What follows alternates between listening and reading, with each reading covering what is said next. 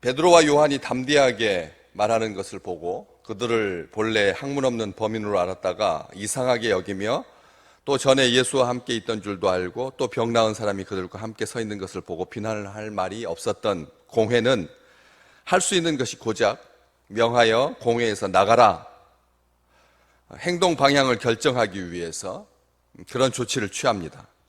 나가라, 명하여 나가라 합니다. 더 이상 비난할 수 있는 말이 없었습니다. 할 말이 없었습니다.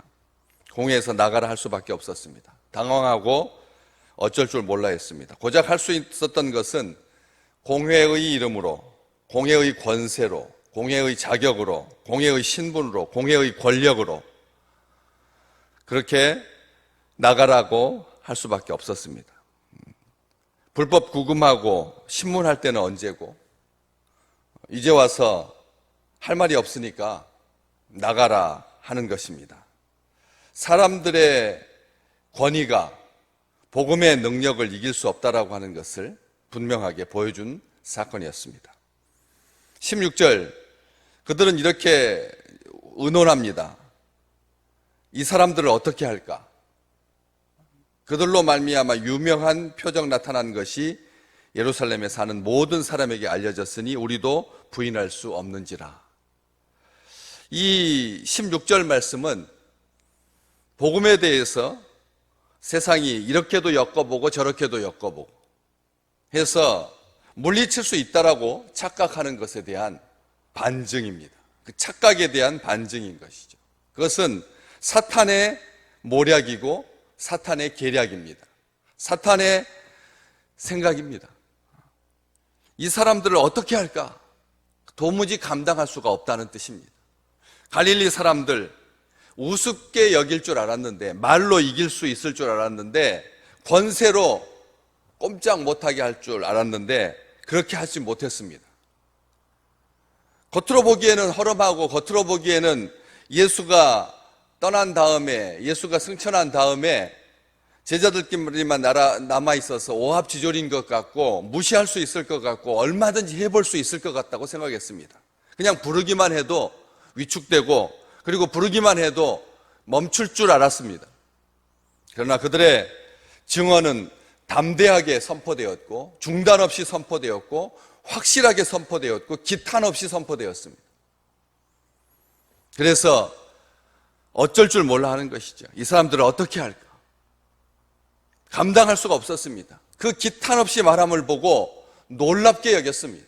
자기 스스로도 복음의 권세가 이렇게 당당할 줄은 몰랐습니다. 제자들은 위축되지 않았습니다.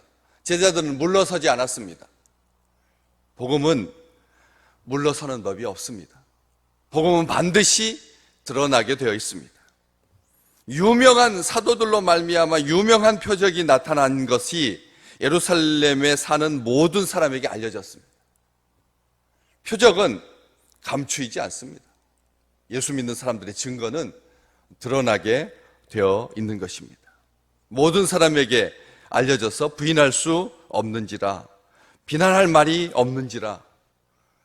복음에 대해서 세상은 할 수 있는 것이 아무것도 없습니다. 더하지도 못하고 빼지도 못하고 위협하지도 못합니다. 덮을 수 없습니다. 숨길 수 없습니다. 마음대로 할 수 없습니다. 인정할 수밖에 없습니다. 시인해야만 합니다. 자존심 상해하고 불쾌하고 흥분할 일이 아닌 것이죠.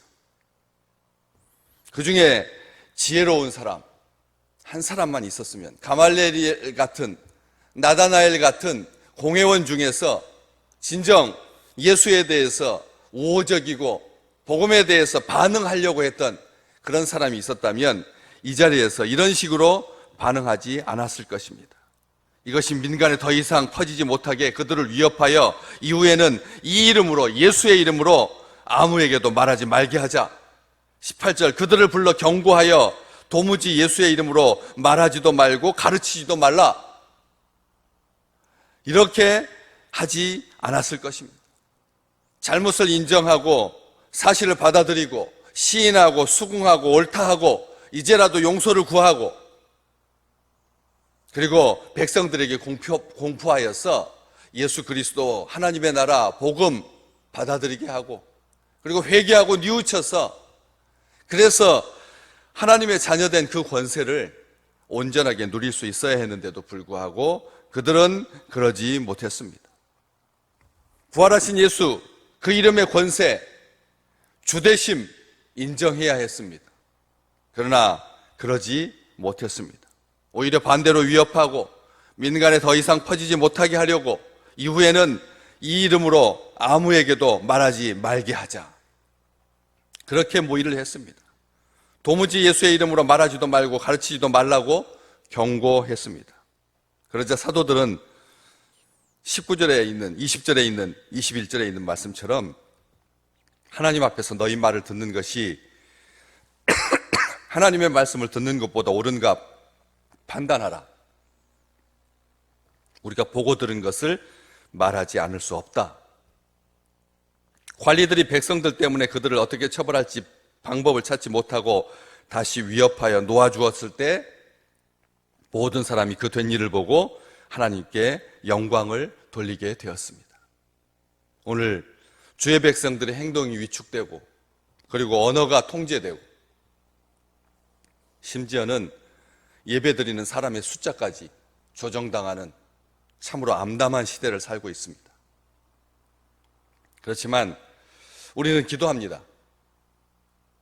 우리의 과거의 예배의 행태가 어땠었는지, 우리로 하여금 종교는 자유다라고 하는 헌법의 가치를 우리가 혹시 남용하고 있었지는 않았는지, 자유로운 가운데도 지키지 못했던 것을 부자유한 가운데서 지켜야 된다고 혹시 고집하고 있지는 않은지, 복음은 갇히지 않는다라고 하는 원칙을 알면서도 하나님의 나라는 왕성해질 것이다라고 하는 것을 우리가 믿으면서도 우리 스스로 다시 한번 이 사도들의 상황을 보게 한다라고 하는 것이죠. 주의 백성들의 삶을 우리 하나님께서 위축되지 아니하도록 당당하도록 하나님 앞에서 너희의 말을 듣는 것이 하나님의 말씀을 듣는 것보다 옳은가 판단할 수 있지 않느냐라고 말했던 것처럼 스스로 우리에게 주실 이 아름다운 자유의 시간에 자기 자신을 쳐서 복종시킬 수 있는, 그래서 우리 주님의 이름과 하나님 나라의 권세, 우리 하나님의 권세를 우리의 삶 가운데서 평상시에 일상적인 삶 가운데서 늘 드러내는 아름다운 백성들 되시기를 주의 이름으로 축복합니다. 우리는 오늘 이 말씀, 나에게 주신 말씀으로 봤습니다. 어떻게 인류의 역사가 주님께서 다시 오실 때까지 전개될지 우리는 확실히 모릅니다. 그러나 민주주의의 가치가, 인권의 가치가 계속 상승할 것입니다. 일부분 어느 한 구석에서 그런 것이 위축당하고 협박을 당할지라도 주의 백성들은 기도합니다. 왜요? 나중에 사도들은 이렇게 기도했거든요. 29절 말씀. 그들은 연약했습니다. 공회 앞에 당당하게 그렇게 선포는 했지만 이루실 분은 하나님이시고 상황은 협박이고 상황은 박해이라는 것을 알기에 기도했던 것이죠. 오늘도 우리는 이렇게 기도합니다. 29절, 주여 이제도 그들의 위협함을 굽어보시옵고 또 종들로 하여금 담대히 하나님의 말씀을 전하게 하여 주옵소서. 우리의 삶 가운데 하나님 앞에 기도하고 엎드리는 것, 이것은 이 세상의 모든 지혜를 넘는 하나님의 능력, 우리 주 이름의 권세가 나타나는 귀한 기회라고 하는 것을 다시 한번 기억하면서 하나님 앞에 엎드릴 수 있는 아름다운 주의 백성들 되시기를 주의 이름으로 축복합니다.